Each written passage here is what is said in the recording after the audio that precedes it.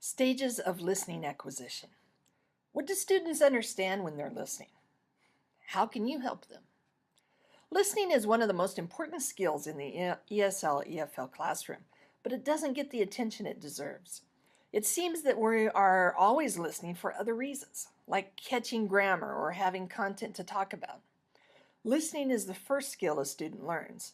If they're unable to listen, then speaking, writing, and reading will be nearly impossible.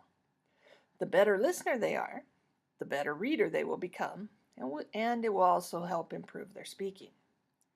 In 1981, Taylor identified a 5-stage process in listening acquisition.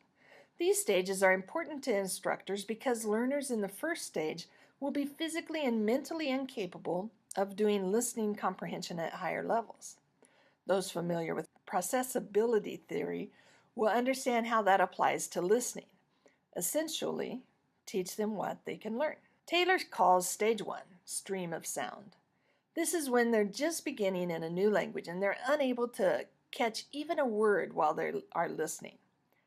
ESL teachers almost never encounter this type of student because so many countries require some English before they graduate.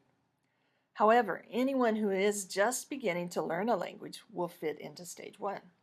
Students at this point should be encouraged to hum along with songs or short conversations. They can tap out the beat of the language as they are listening. And when they are brave enough, they can start speaking gibberish or a one-syllable word like ho, where they follow the speed and intonation of the conversation. At some point during this stage, they'll be able to discern their target language from any other language that might be spoken around them. Taylor's stage 2 is word recognition. So much of the conversation or song remains unintelligible, but they will start picking out words they know well, such as thank you or hello. When I say that the rest is unintelligible, that is what I mean. It sounds like the noise of ocean waves with thank you suddenly rising out of the ocean noise. Teachers can assist by providing listening that uses vocabulary learned in class and repetition of listening. Catchy nursery rhymes, songs, or chants can also assist because they repeat words and they're enjoyable to listen to over and over. Ask students to raise their hands when they hear a target word or have them check off a word from a list when they hear it. Taylor's stage 3 is phrase recognition. Learners are starting to hear common phrases like, where are you from? Or, I would like, or open your book. The ocean noise can now be identified as separate words, but not all the words are understandable. And the mental process gets caught up translating the phrase they're familiar with, so that their brain prevents them from hearing the rest of the sentence. If it's a long conversation, they may pick up more once they've finished processing the early phrase. Teachers often misinterpret this stage and believe learners understand more than they do. Working with important and common phrases can speed up the automaticity that the brain needs. The brain has to automatically hear and comprehend some phrases so that it can then expend its energy on newer information. Total physical response techniques are good at this stage, and variations of audiolingual techniques can be beneficial here.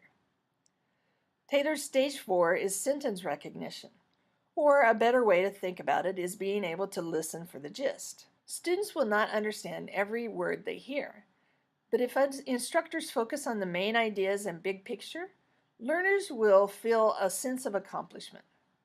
In reality, learning to listen for the gist of the news story, conversation, or lecture is essential for everyone. Instructors often forget to explain to students that a significant amount of listening they do will not require 100% comprehension.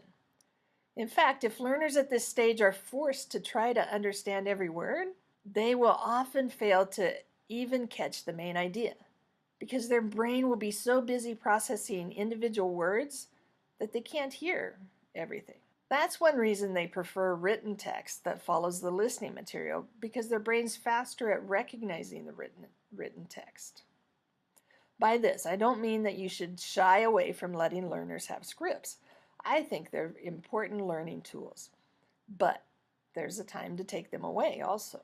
Taylor's stage 5 is extended speech recognition, where learners are able to comprehend everything, or at least 90% of what they hear. At this point, asking students detailed questions will be successful. However, even at this stage, if they are hearing information about a topic unfamiliar to them, they will struggle to understand the main idea. Research shows that it's important for teachers to always say what the content of the listening is going to be about before playing the audio or video. This tends to be true for native speakers as well as non-native speakers. In review, we've looked at the 5 stages of listening acquisition. First, learners cannot pick out any words. Then they can. Then they recognize phrases. After that, they can understand enough to get the main idea. And finally, they're able to pick up details in extended speech.